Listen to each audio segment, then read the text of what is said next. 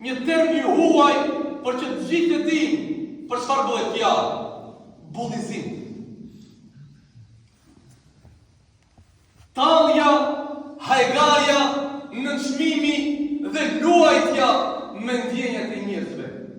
Vëllezër, përqeshja me njerëzit është vrasje e atyre njerëzve të cilët tallen dhe janë objekt i përqeshjes në heshtje. Dhe ne nuk guxojmë asesi të mos e ngritim zërin përballë këtij fenomeni, i cili fenomen të lutem dëgjoj në momentin. Në qoftë se bashkarisht si xhamat në bashkësi e luftojmë sukses do të kemi. Por në qoftë se çdo kush ja bën xhefën vetes dhe fëmijëve të tij, të dashur,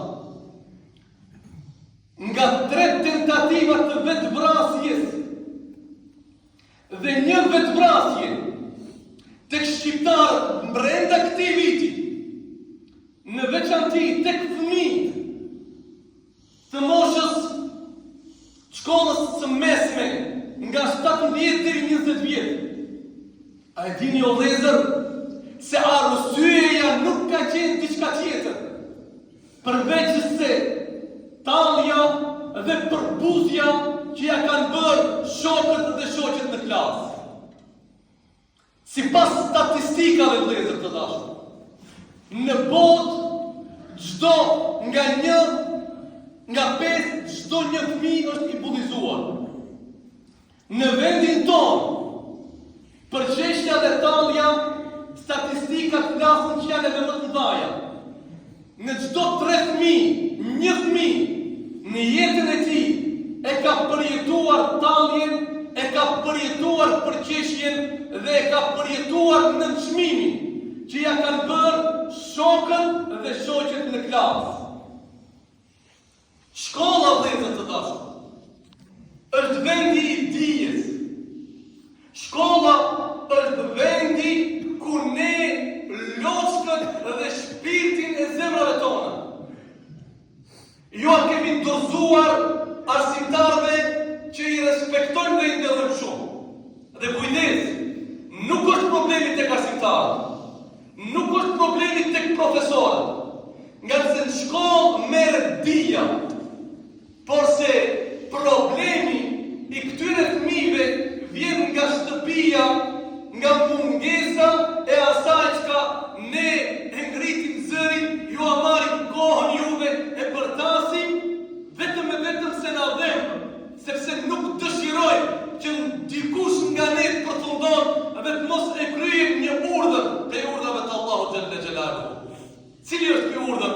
O ju që keni besuar, ruajeni veten tuaj dhe ruajeni fëmijët dhe familjet tuaja nga zjarri i xhenemit.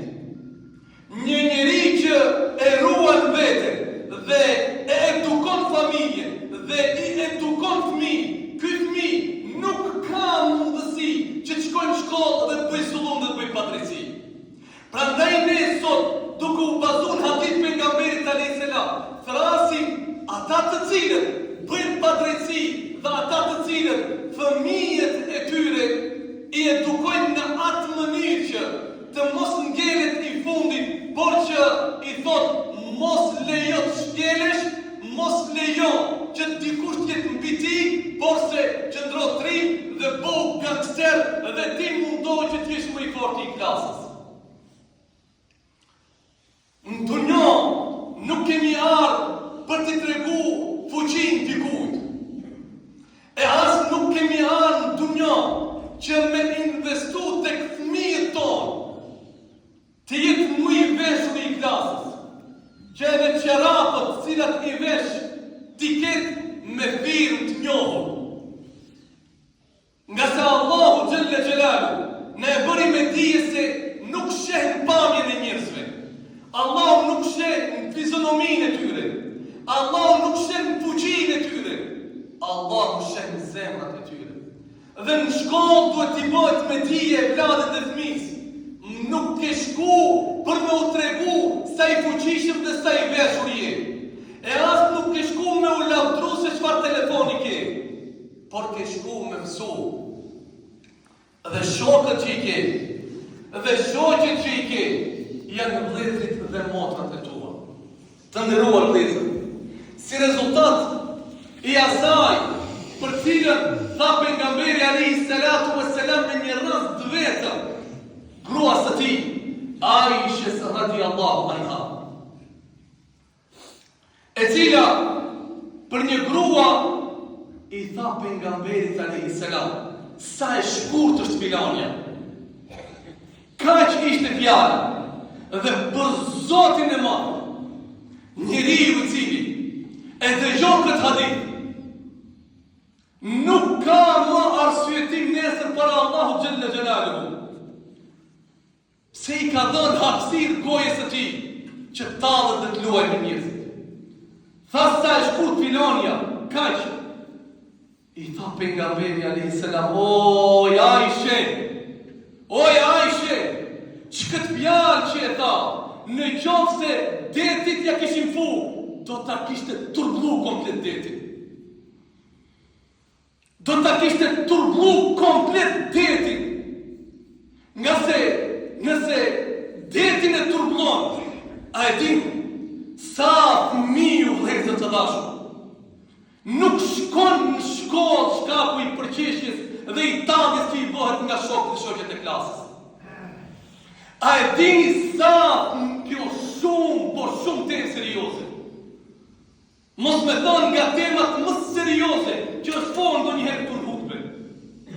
Nëse ballafaqohemi me fëmijë të cilët në vend se duhet të dalin të gëzuar nga shkolla, dalin të mërzitur, qajnë, të pikluar, fëmijë në depresion, fëmijë të cilët janë sprovuar dhe me sheqer, ende pa i bërë 10, 11 vjet, 12 vjet.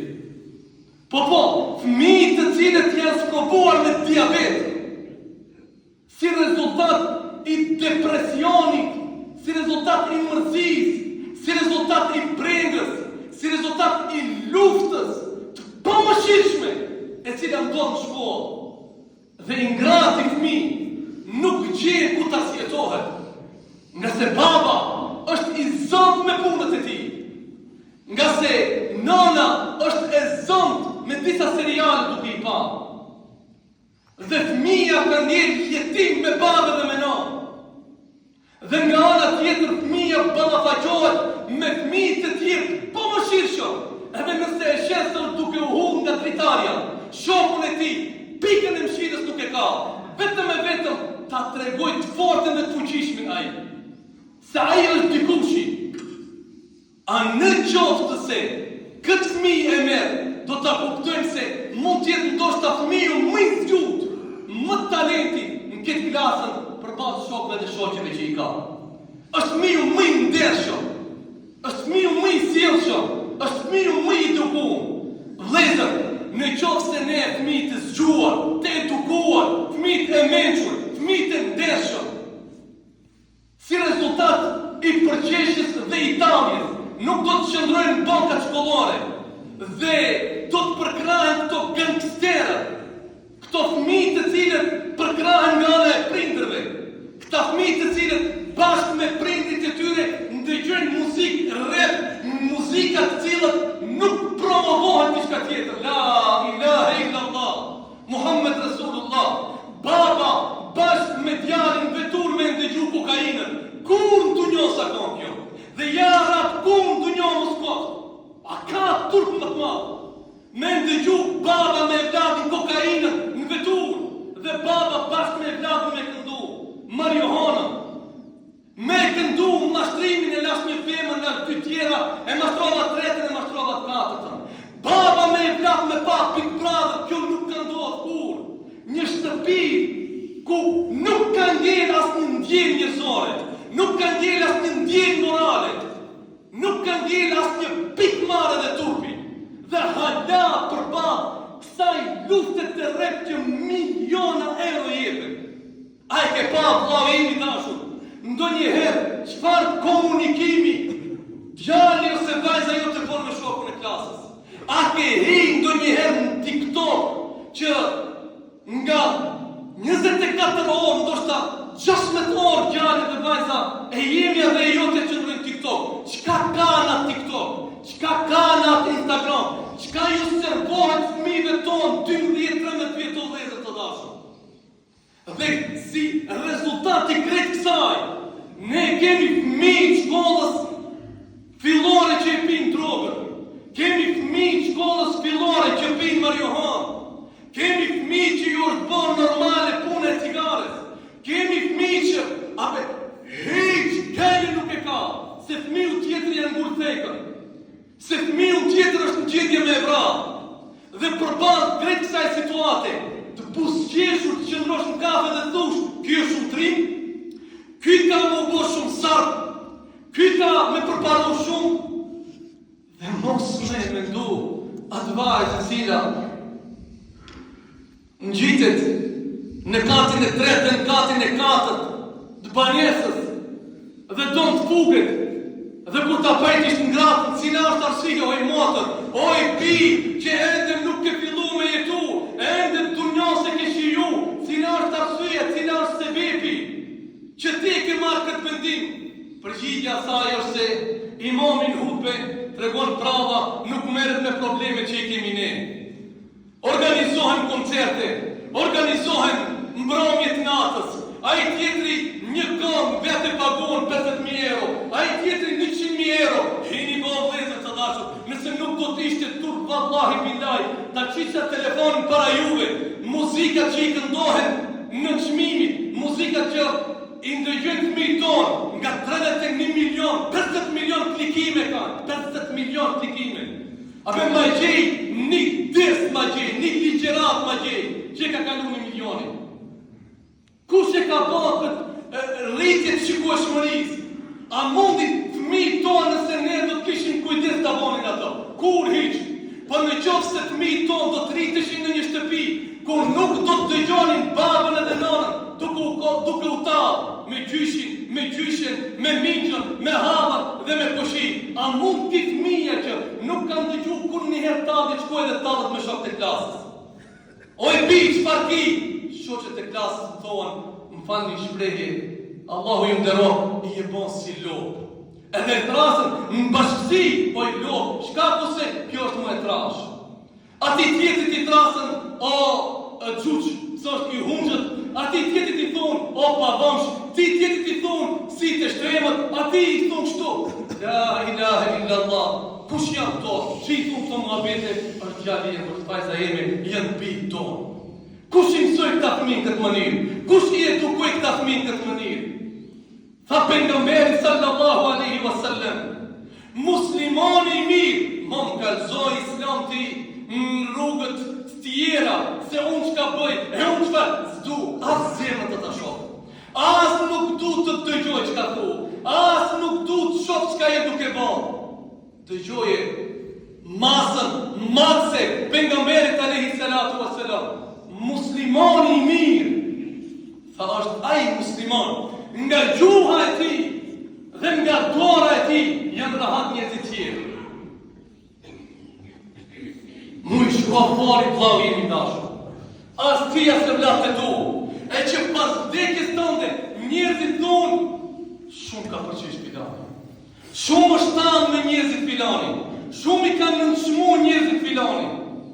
Nëse o vlezër, në qoftë se këta fëmijë që janë të bullizuar, janë të nënçmuar, janë të tallur, janë të përqeshur, përjetojnë momente të vështira dhe të rënda në jetën e tyre, pasha Allahun e madh, rreziqet në të ardhmen, as edhe nuk mund ti mendojmë sa të rënda do të jenë. Mjafton të marrim një person i cili ka vënë 25-30 vjet, që ka qenë i nënçmuar kur i ka pas 18 vjet, me tregu se çfarë përjeton, edhe pse kanë kaluar 20 vjet, 30 vjet, hala është në anktin e asaj që ka përjetuar në shkollë fillore. Ma bëni halal për zgjatjen e të dashur. Ma bëni halal për ndritjen e zërit, pasha Allahun e madh. Kjo si rezultat i evlatëve tonë, i fëmijëve tonë, të cilët ndjejmë dhe mshuri dhe na vjen keq për ata. Nga sa ata do të na udhëheqin nesër neve. Nga se prej atyre ne presëm që të jemi nën udhëheqjen e tyre. Nga se loçka, si thash më herët, e zemrave dhe shpirtrave tonë janë ata. Andaj, nëse këtu nuk e ngrisim zërin, dhe nëse këtu nuk tregohemi të fortë, dhe nëse këtu nuk i përkrajmë atyre që ju bëjnë padrejti, dhe nëse këtu nuk i përkrajmë ata që bëjnë padrejti, atëherë nuk ka peshë dhe nuk ka vlerë jeta jonë. أقول قولي هذا وأستغفر الله لي ولكم واستغفروه يغفر لكم وآخر دعوانا أن الحمد لله رب العالمين.